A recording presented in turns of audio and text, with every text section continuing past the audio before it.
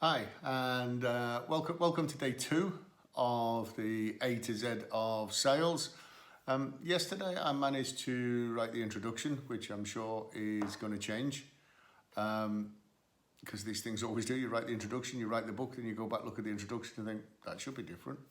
And I got the first section of A done, and the first section of A is attitude. And for me, attitude is everything. And I kind of formed the whole thing around attitude on a phrase that I was given about 20 some years ago, and which actually has been a mantra for me to try and get me to do things, for example, like writing this book. And the phrase is a real simple one, and I use it as the common denominator of success. The reason for that is it comes from a piece of work called the common denominator of success. And the phrase is a real simple one. It's this: successful people have formed the habit of doing things that failures don't like to do. Now, that for me sums up the difference between people that get things done and people that don't get things done.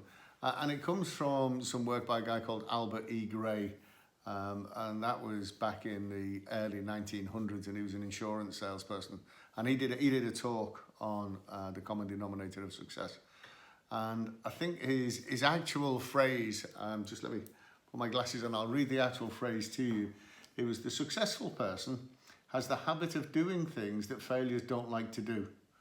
They don't like doing them necessarily either, but their disliking is subordinated to the strength of their purpose, or subordinated by the strength of their purpose. So basically what he's saying is this: the people that you see in life that are really successful have formed the habit of doing the things that the other people don't like to do. So anybody who's world class at anything, and there's a theory about 10,000 hours of purposeful practice. If you've got somebody in a world class position, they've put in that 10,000 hours of purposeful practice. But on a more simple note, when I share this with people and I say, look, successful people have formed the habit of doing things that failures don't like to do. People say, yeah, but like what? What does that mean? So let me share with you the trigger that I use, and it might be useful for you.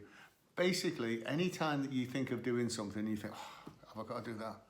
Yeah, but if I do that, to achieve that, I've got to do this.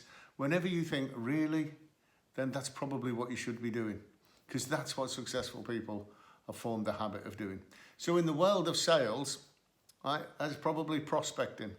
It's probably completing their paperwork properly. It's probably doing their research before they go into a meeting.